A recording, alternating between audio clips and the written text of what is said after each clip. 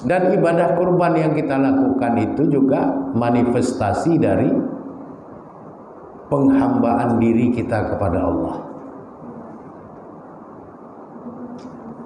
penyerahan kita kepada keselamatan dan kedamaian. Dan amal soleh kita dalam bentuk ibadah kurban itu juga akan menetapkan kita sebagai al-mukhbitun, orang yang tunduk dan patuh. Sehingga di penghujung surat Al-Hajj 34 ini Allah berfirman, wa basyiril mukhbitin, dan berilah kabar gembira kepada al-mukhbitin. Al-mukhbitin itu artinya orang-orang yang betul-betul tunduk dan patuh kepada Allah. Jadi kalau ada orang beriman yang tidak menunaikan ibadah kurban, maka dia belum menjadi hamba Allah yang betul-betul tunduk dan patuh kepada Allah. Sama orang kita bisa bilang kita belum mampu, tapi Allah tahu bahwa kita berbohong.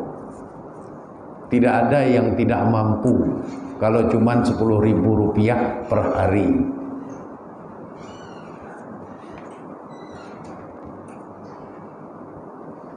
Jadi ini kelihatannya tidak mengenakan memang. Tapi kalau kita mau jujur dengan diri kita sendiri, ya itulah kebenaran. Karena kebenaran itu kadang-kadang memang nggak enak didengar, tidak enak juga di perasaan.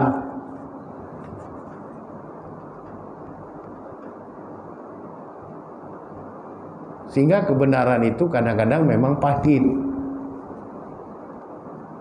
Dan ini perlu untuk kita saling mengingatkan. Kenapa perlu untuk saling mengingatkan? Supaya kita semua ini mendapatkan janji Allah. Apa janji Allah? Kalau kita berbuat baik, Allah akan berikan penghidupan yang baik kepada kita.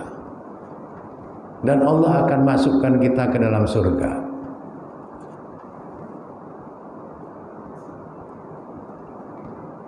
Karena kita semua bahagia kalau penghidupan kita ini semuanya mendapatkan penghidupan yang baik, dan kita semua bahagia kalau semua kita ini nantinya berada di dalam surga.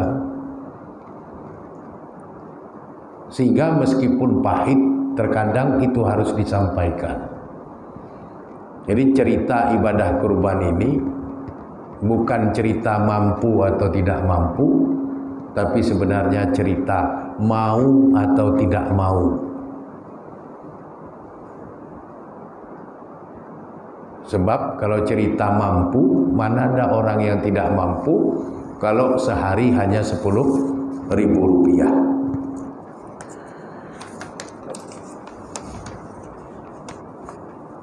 Kemudian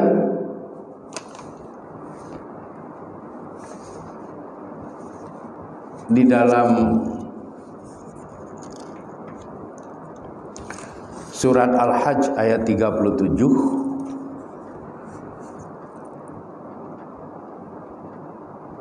Allah menggarisbawahi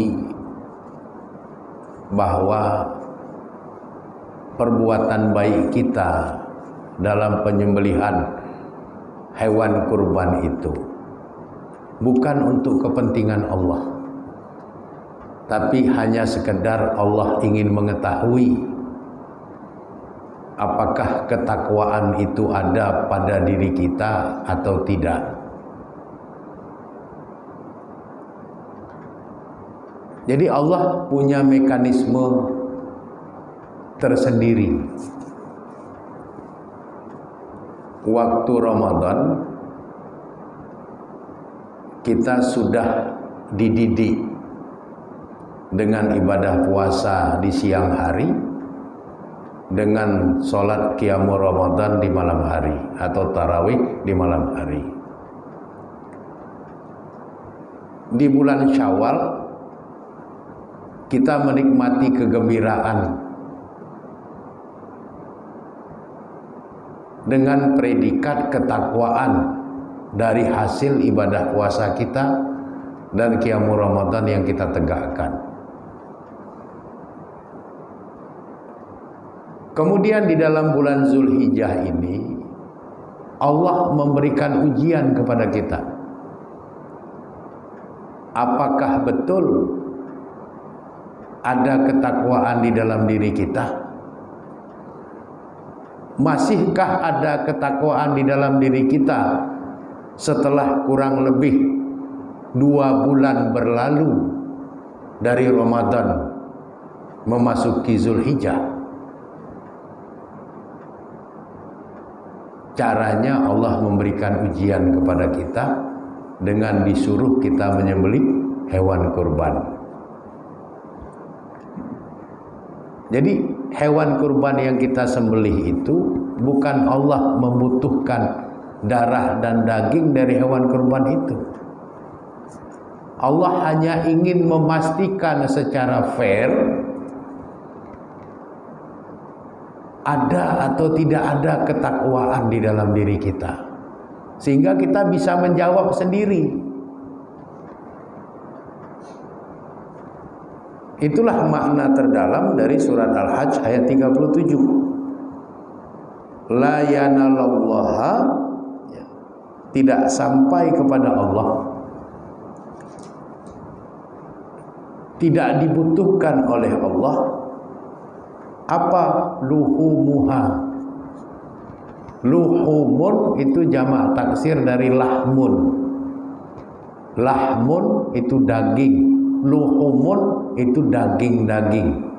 Luhumuha, daging-dagingnya kurban itu tidak sampai kepada Allah, tidak dibutuhkan Allah. Wala dima'uha, dima itu jamak taksir dari dam. Dam itu darah, dima'un itu darah-darah. Dima'uha, darah-darahnya hewan kurban. Jadi daging-daging hewan kurban, darah-darah hewan kurban itu tidak sampai kepada Allah, tidak dibutuhkan oleh Allah. Lalu yang Allah butuhkan apa? Walakiyanaluhu taqwa minkum, melainkan yang Allah butuhkan daripada kurban itu adalah at-taqwa minkum, ketakwaan dari dirimu.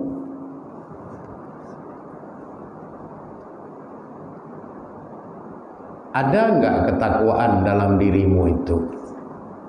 Ukurannya menunaikan ibadah kurban atau tidak?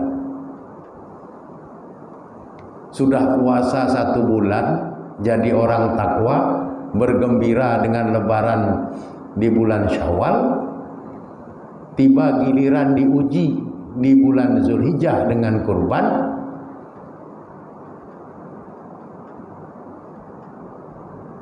ternyata ketakwaannya itu dalam tanda tanya. Entah ada, entah tidak. Entah pernah ada kemudian hilang. Wallahu a'lam bishawab. Jawabannya itu ada pada dilaksanakannya ibadah kurban itu atau tidak.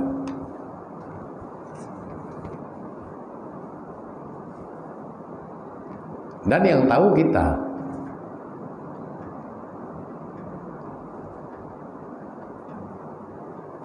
Supaya kita paham secara fair. Kalau Allah sudah jelas maha tahu, ada enggak ketakwaan dalam batin kita? Allah sudah jelas maha tahu. Tapi Allah ingin fair, biar kita sendiri tahu, ada enggak sebenarnya ketakwaan dalam diri kita? Kita sembelih enggak hewan kurban itu?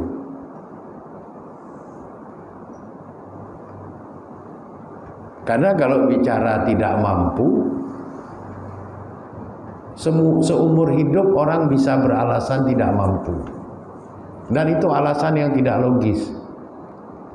Sebab ibadah kurban itu hanya Rp10.000 per hari.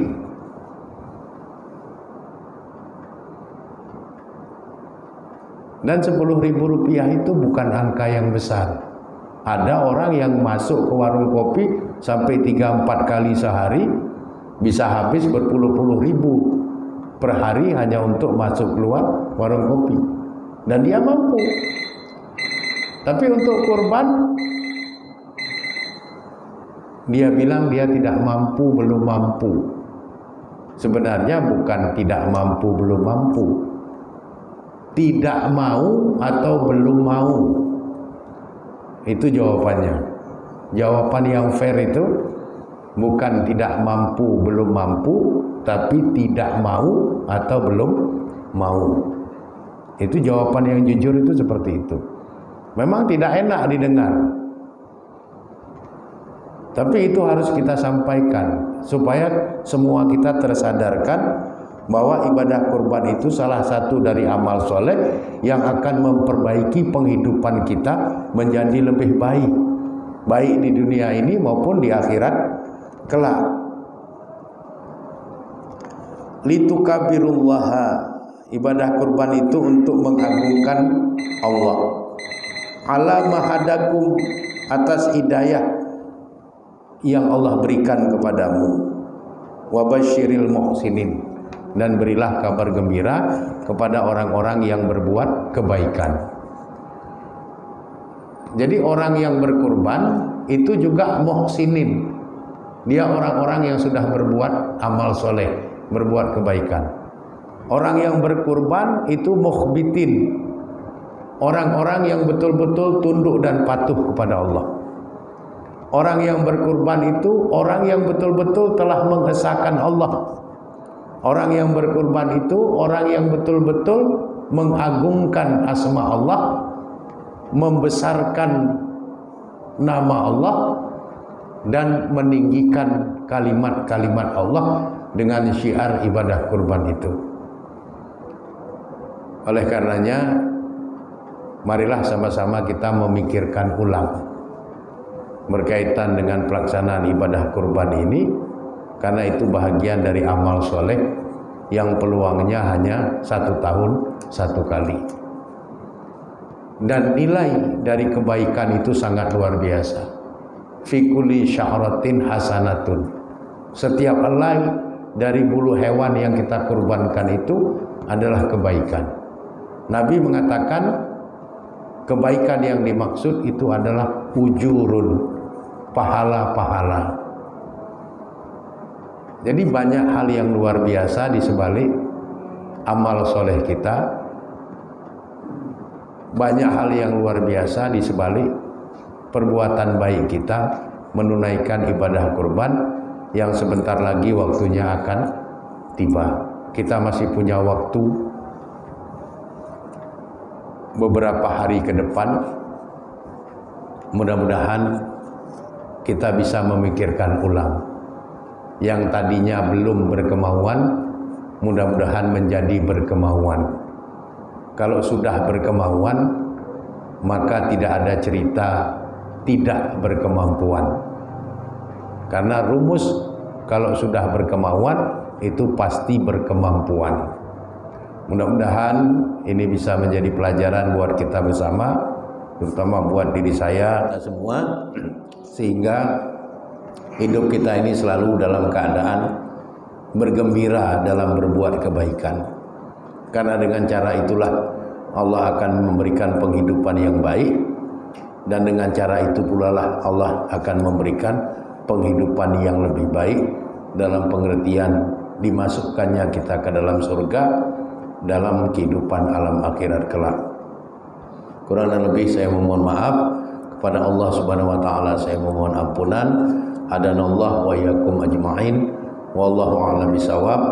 Walhamdulillahirabbil alamin. Assalamualaikum warahmatullahi wabarakatuh.